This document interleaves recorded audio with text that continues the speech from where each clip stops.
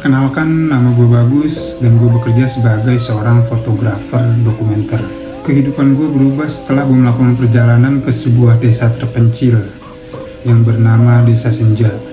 Di desa itu, para warga termasuk gue dilarang untuk tersenyum. Namun naasnya, gue ikut tersenyum dan menjadi bagian dari mereka. Oke Besti, kembali lagi bersama gue Fajril di channel Serempedia. Nah, gimana kabar kalian semua, Bes? Seperti biasa, gue doakan semoga kalian selalu dalam lindungan Tuhan Yang Maha Esa dan juga selalu dimudahkan segala urusannya. Amin. Nah, kali ini gue bakal menceritakan kisah horor nih tentang seorang fotografer yang melakukan perjalanan dokumenter ke desa-desa terpencil. Pada awalnya dia berniat melakukan perjalanan ini untuk mencari inspirasi, Bes. Namun justru hidupnya berakhir tragis pada sebuah desa. Oke Besti, langsung aja tanpa basa-basi kita masuk ke ceritanya. Tunggu dulu. Buat kalian yang belum subscribe, jangan lupa di subscribe ya. Kita gaskan cerita horor senyum yang tidak boleh dibalas. Oke Bes, jadi kisah horor kali ini dialami oleh seorang pria yang bernama Bagus. Dia berusia 27 tahun dan bekerja sebagai fotografer dokumenter perjalanan.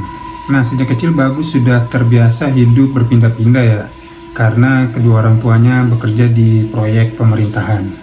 Ia tumbuh sebagai seorang anak yang mudah bergaul dan juga mudah tersenyum. Lalu dia juga suka untuk memfoto ekspresi wajah seseorang.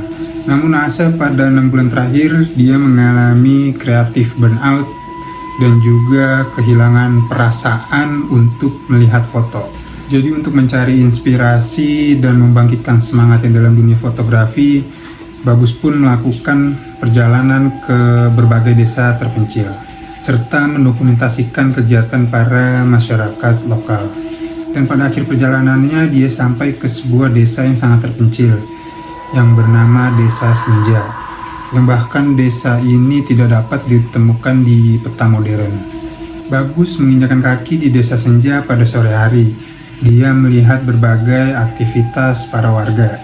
Banyak anak kecil yang sedang bermain, para ibu-ibu yang sedang memasak, dan juga para pria ada yang membersihkan halaman rumah. Yang aneh, semua warga sangat pemurah senyum, bahkan terlalu berlebihan. Saat Bagus tiba di desa tersebut, dia disambut oleh seorang kepala desa yang bernama Pak Jaya. Lalu Pak Jaya memeluk bahunya sambil tersenyum sangat lebar. Namun matanya tidak terlihat seperti sedang tersenyum. Lalu Pak Jaya berkata, "Selamat datang Nak Bagus, semua tamu adalah keluarga." Bagus hanya mengangguk dan melanjutkan memotret kegiatan para warga desa. Dia merasa desa ini sangat hangat, bahkan terlalu hangat. Saat matahari terbenam, suasana desa berubah drastis. Semua orang sibuk menutup jendela rumah, mematikan lampu luar, dan mereka pun tidak ada yang berbicara. Ketika Bagus sedang melihat kesibukan para warga, bahunya ditepuk oleh Pak Jaya dengan ekspresi yang sangat tegang. Lalu Pak Jaya berkata kepada Bagus, "Nah, ingat satu hal ini. Jika matahari sudah terbenam, kamu jangan pernah tersenyum, apapun yang terjadi." Wah, sebuah pesan yang sangat misterius ya, Bes. Bagus pun hanya tertawa kecil, karena ia mengira ini hanya sebuah bercanda. Namun, Pak Jaya mencengkram bahunya lebih kuat, dan dia berkata dengan nada yang sedikit lebih keras, "Kami tidak main-main."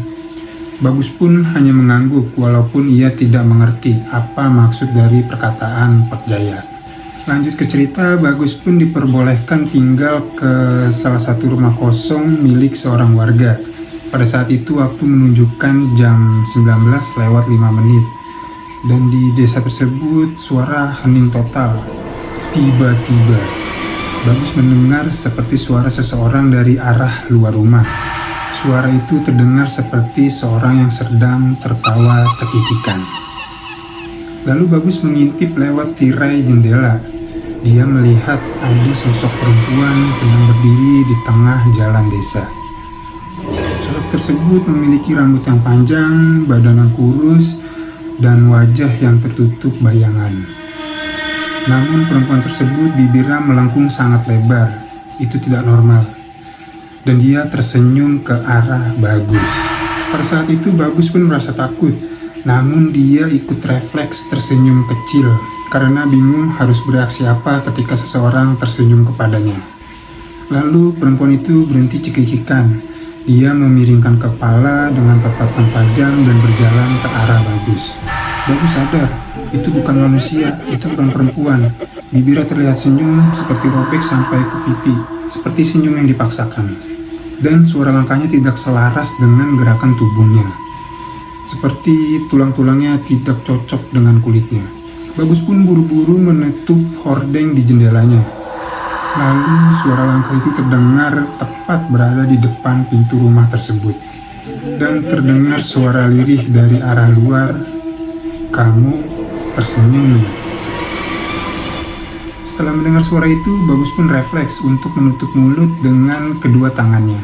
Lalu cerita pun berlanjut pada keesokan harinya. Semua warga terlihat normal dan beraktivitas seperti biasa.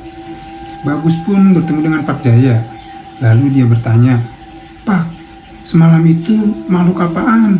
Mendengar pertanyaan Bagus, Pak Jaya pun menarik nafas dalam. Lalu dia berkata, "Itu adalah si peniru. Dulu warga desa di sini terkenal karena selalu ceria. Sampai pada suatu hari ada sosok yang datang dari hutan.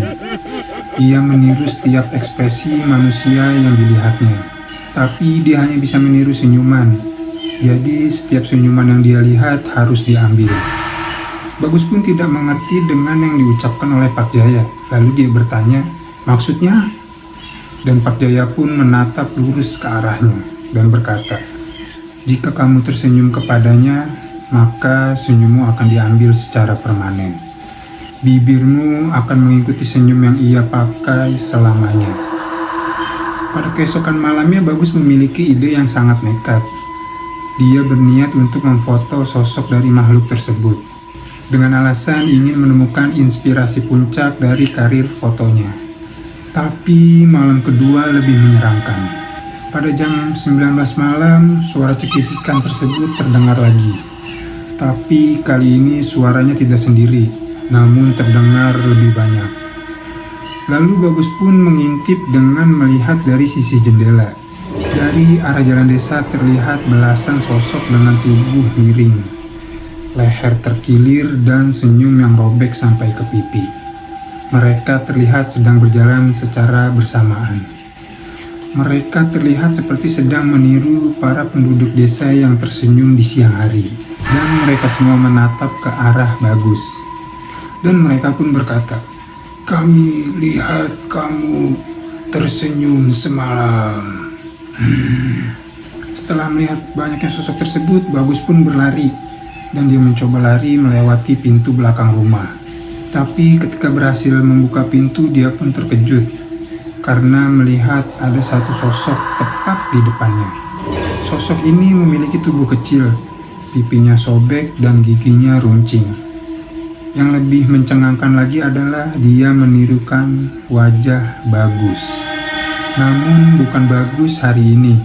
Ini versi ketika Bagus sedang memotret seorang anak kecil yang senyum dengan penuh energi. Cerita pun berlanjut pada keesokan pagi. Para warga terkejut karena menemukan Bagus berada di tengah lapangan desa. Ia masih hidup, tapi wajahnya berubah sepenuhnya. Wajahnya terlihat sangat menyeramkan. Bibirnya robek hingga ke pipi, tertarik ke atas seperti dijahit paksa dalam bentuk senyum yang sangat mengerikan. Lalu matanya terlihat kosong, seperti seolah-olah dia dipaksa untuk senyum selamanya. Pak Jaya hanya bergumam. Dia membalas senyum yang tidak seharusnya. Pada kondisi seperti itu, Bagus pun tidak bisa bicara lagi. Bahkan untuk menutup mulut pun dia sudah tidak bisa. Dia hanya bisa berdiri, tersenyum lebar, dan menatap siapapun yang lewat di hadapannya. Semenjak kejadian itu pun, malam-malam di desa senja semakin ramai, karena ada satu makhluk peniru baru, yang wajahnya dulu pernah menjadi manusia. Dan setiap orang yang melihatnya secara refleks ikut tersenyum. Dan itulah yang makhluk itu tunggu-tunggu. Cerita pun berakhir. Oke Besti, jadi itu dia cerita horor pada episode kali ini, yang mana niatnya dia mau mencari inspirasi ya pergi ke suatu desa, namun malah berakhir dengan tragis. Oke, sebelum video pada kali ini berakhir, seperti biasa ya, kalau ada hikmah yang bisa diambil ya ambil, kalau nggak ada ya nggak usah dah. Jika kalian suka video ini jangan lupa like, dan yang belum subscribe jangan lupa di subscribe ya, agar bisa mengikuti episode-episode horor di channel Serempedia. Gua Fajril mengucapkan selamat undur diri dan terima kasih. Bye bye.